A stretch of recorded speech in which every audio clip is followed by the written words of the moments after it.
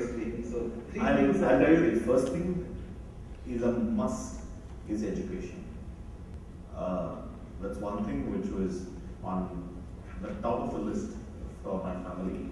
And trust me, I can tell you with my own guts, if it was not for that education, and most importantly, if it was not on shop floor training, I wouldn't be what I am today.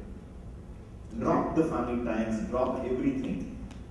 If I am anybody today, it's only because of a very, very strong educational background with a exceptionally stronger training. And what's one more thing? Education, great training. And what would make that person successful?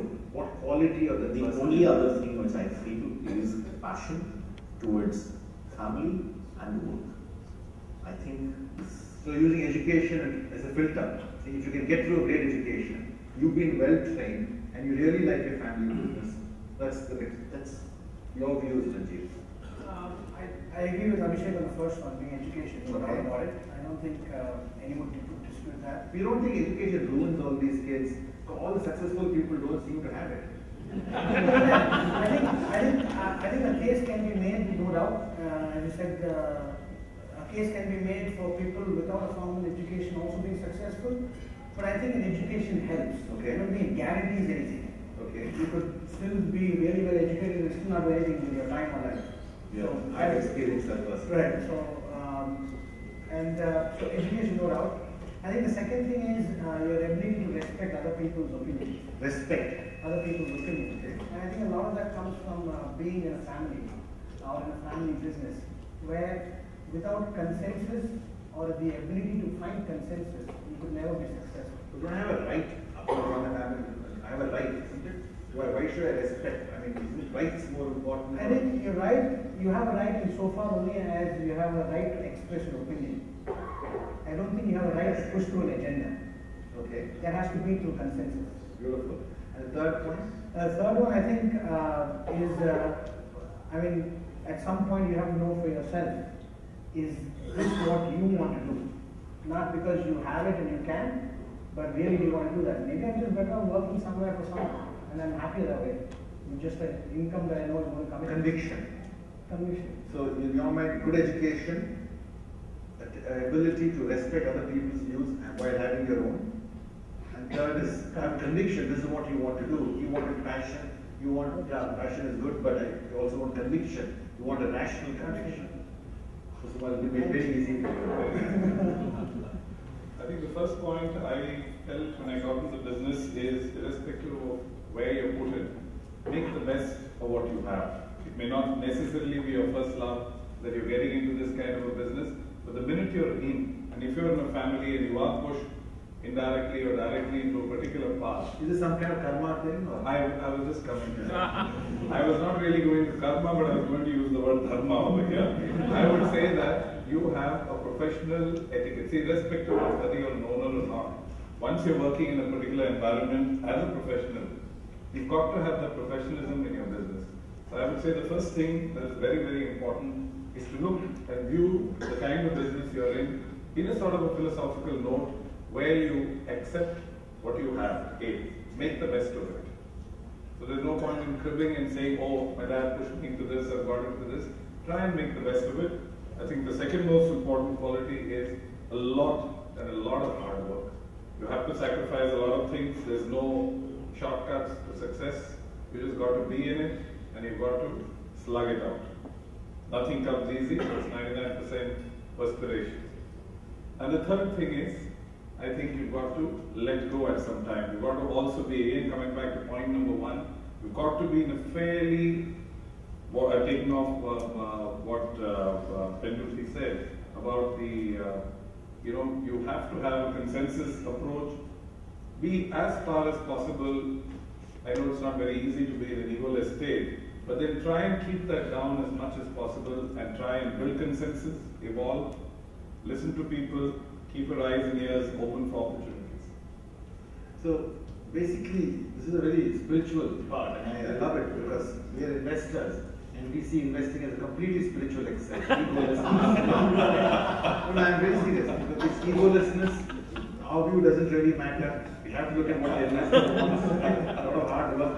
But I think a lot of kids, and I see a lot of them in the room, also want to have fun, right? They want to enjoy this experience. This didn't seem enjoyable to me. No, it's just very enjoyable. The minute you start loving your work, you enjoy every moment of it. Okay. So it's absolutely. So is it back to passion? It's back to Back passion. to passion. Okay. So great. Now we have this very interesting summary for you, Sri.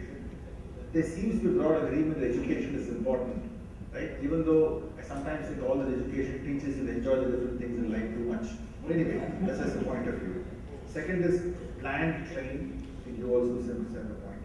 Third is passion, love your work, accept it as a sort of dharma, dharmic thing that has come to you, but do it with conviction. So a rational passion, rational acceptance seems to be a point of view. There's a tremendous amount of both Ranjit and Sukumar about ability to have consensus, go along with building consensus. Your opinion is fine, but the consensus opinion is very, very critical. And I think hard work, which I think all of them have done in spades, so that really stands out. So what's your view? Is this the new family business profession? Because this is like a very tough job from what I'm seeing. And it really takes the best of the best. To get a great education, great training, work hard, love what you do. The thought I want to talk about here. When people say that I am part of family business, there is a general perception that, oh, it's unprofessional even.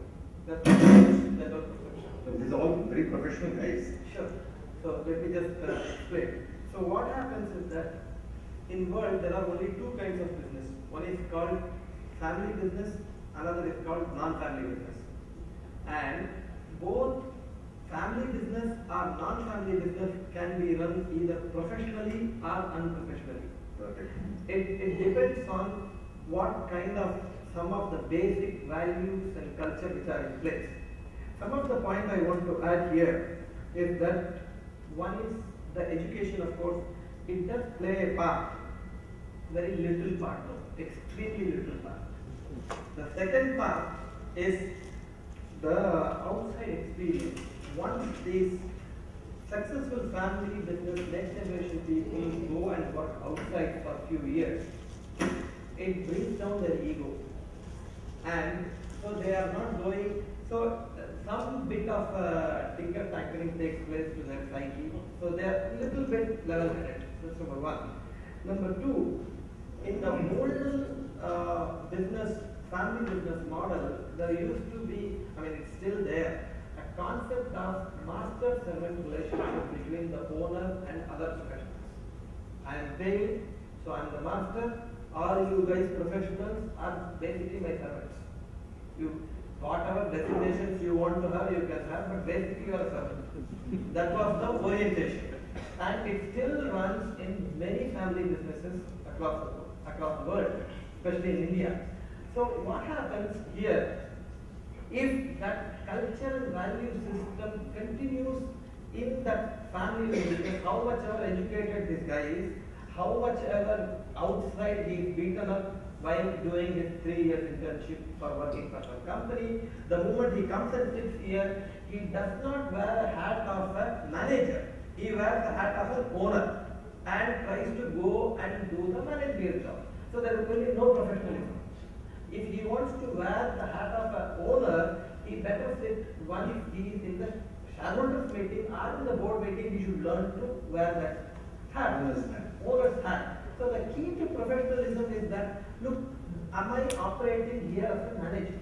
It's a role. And I should be fully conscious of that role. I should be fully conscious of that role, what I'm playing here. That's number one.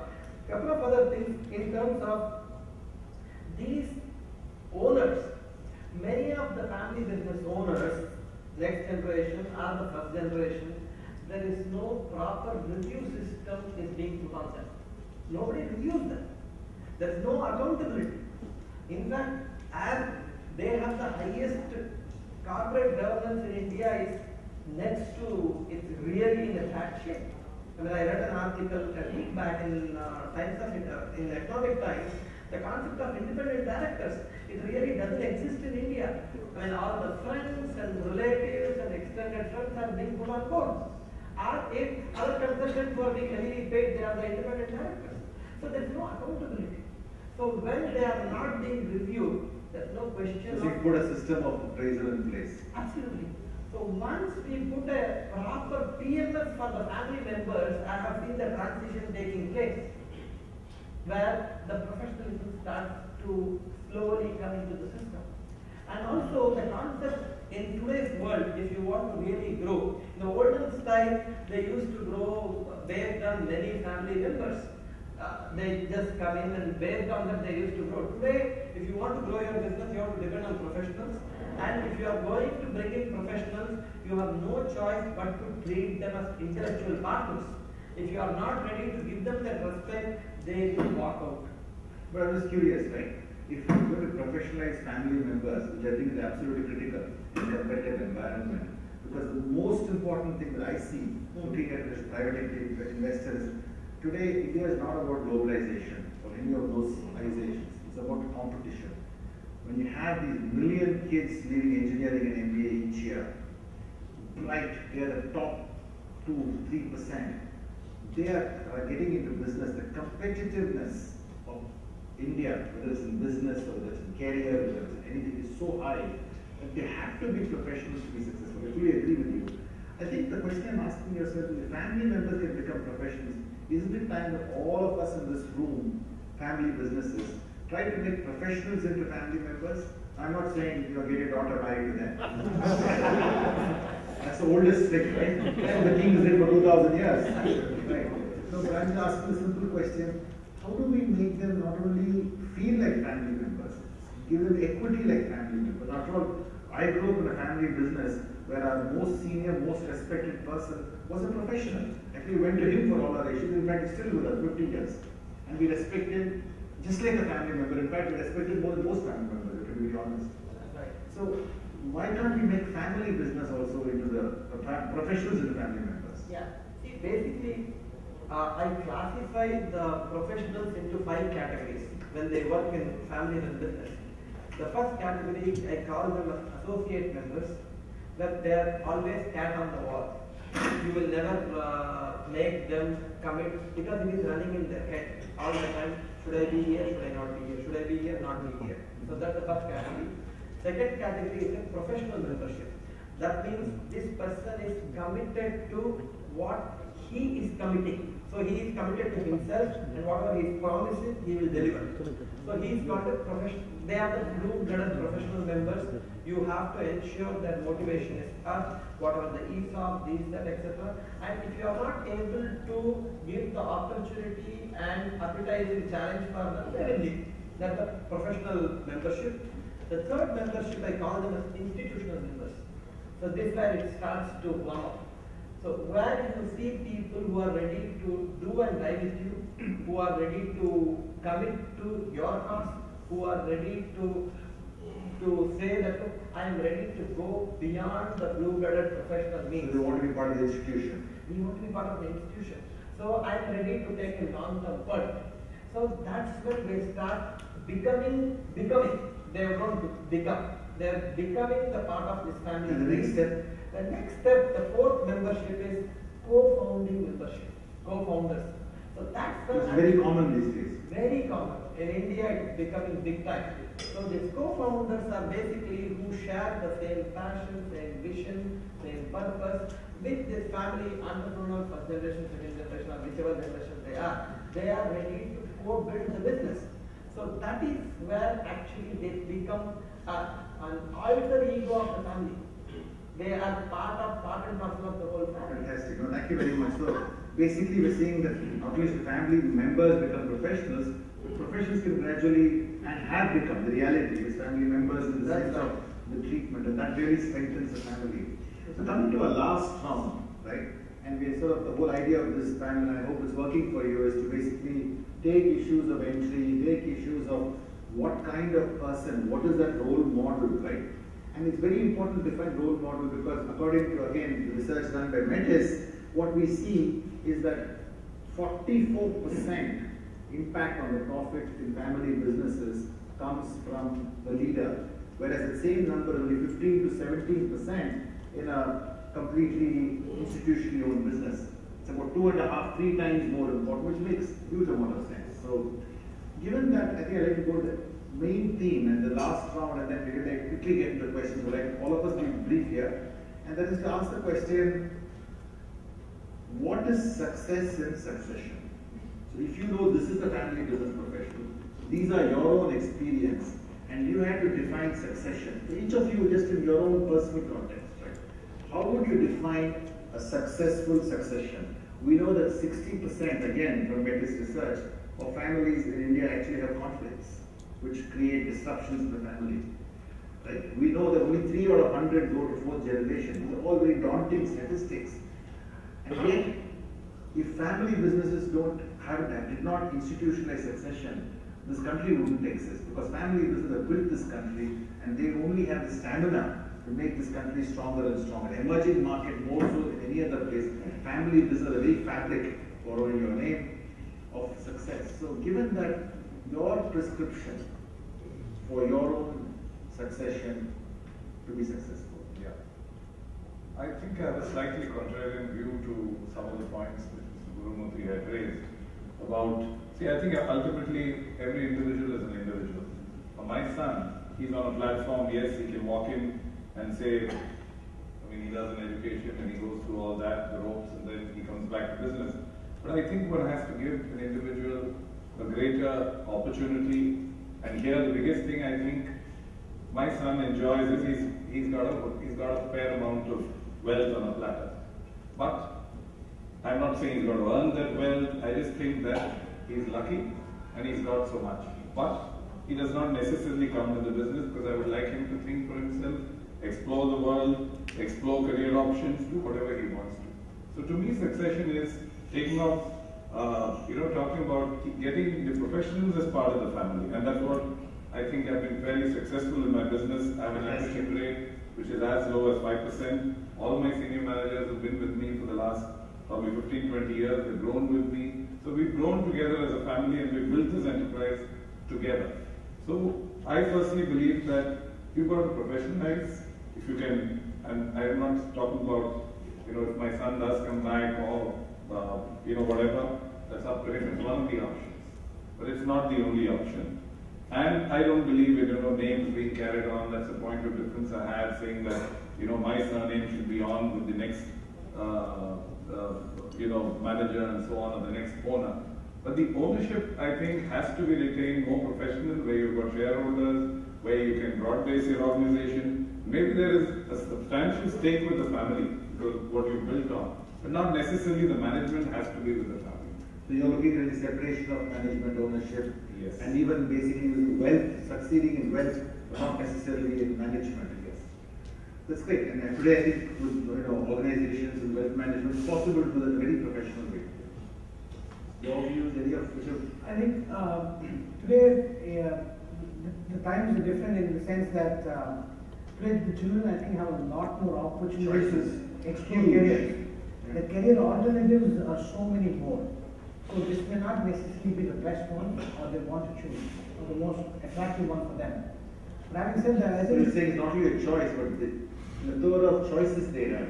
Right from the architects, musicians, doctors, politicians. And you're always telling the kids while growing up that you should do what interests you most, do what you like, go after that. And then suddenly you can't do a U-turn, midway through their life when they really come to making their choice, saying, hold on one second, all that I told you was not really true. This is what I really wanted to do. Because that's not how you're bringing them up today. But I think in terms of succession, it should be the best man win. If your family, and you said 44% of the profits are being delivered, in family businesses through leadership, right? It's not necessarily because of only the family leader or the business head, the first generation, second generation. It's because you have a very good set of people who've grown with the business, at the top. who've grown with the business. So your senior people, right? If they are genuinely better, they are also somewhere playing a role in that 44%. Right? And I think if they are genuinely better, is maybe you just take a back seat and compare yourself. They are better because the leader is creating the tone at the top for them to be comfortable, be empowered, and be aligned, right? Right, but the Just second to add a generation. point here. See, the statistics have been done on 44% of profits being contributed by the leader. But let's also find out what is the statistic of what is the percentage of losses also caused by the leader. A lot of companies also feel it probably. That's 44% to it. It says weightage is 44%. So half the accounting. Essentially, you are to blame for half the problems. You are the hero for half the success. So I think people play a very big role, and I think if they are genuinely So better, again, you're going on this theme of choice and not adding meritocracy to it. it has to be. So I don't think there's any other way going forward. Sir, I'm actually deliberating on this point in my head. What is the key success to succession? I just wanted to know what the Munim had to say. I really meant I will ask you after the conversation. But he must have been the most interesting point of view to have this kid, gold medalist, London School of Business sitting next to him, and then you had the humility and the open-mindedness to appreciate him. Anyway, let's just have the conversation after dinner. So, The key success to succession, I would feel, if, in fact, I can tell you from personal listening, there will be hours and hours where my dad and uncle have sat down with me and have basically they have modeled the entire organization into a particular thought process. I do not come from that thought process, but that 6 years which I did spend in my family business, there have been hours and hours of mentoring. what would you do in your business? I want to know what you are going to do 20 years down the road, knowing that this must be a choice, it must be a meritocracy, it's intensely competitive, and you want your kids to have, from what I sense, a different experience. Yes. All of this put in, okay, but ultimately after the choice, simple, if it is yes or no. If it is yes, you want to join the family business, I would still tell him to go to the shop floor because I want him to get hands-on training. There's nothing ever better on hands-on training. Personal experience. Two is a thought process mentoring because you have a thought process about how this organization has been built. The culture of the organization. I didn't hear about, and I just want to maybe interject here. I always thought mentorship, right? Normally in the olden days, you always have your son/daughter mentored by uncle because father and son never went together. And you always, mentorship is such a crucial thing in success. For me, the little bit of mentorship I got is the only reason I succeeded. Are you? Well, I had typically to say a dad and an uncle. So, in fact, I always put up this point. My dad is the one who gave me the brain. My uncle is the one who gave me the heart. He was your mentor. Yes. Would you build that into your succession plan in case the choice was yes? Yes. I would definitely the same. Mentorship, I felt, is very, very important because that is what takes, for example, my dad is very clear if I want Abhishek in the next 15 years to head this and here. And that's why he mentored me to every division, every this thing. We have 3 vertical business verticals. Every vertical, he specifically went through those details, which I felt was very, probably if I would do it 20 years later, I think I would do it more differently. Excellent. I'll be very Work it quiet. from the bottom, Yes. mentorship. So I think Dixit, you heard from very, very interesting. All of them had the word choice. It's so powerful. Your brief words. I mean, I wish that it happens in the normal life. It actually doesn't. Let me share my experience. First of all, the business needs to be classified first. Is it a family business or it is not a family business?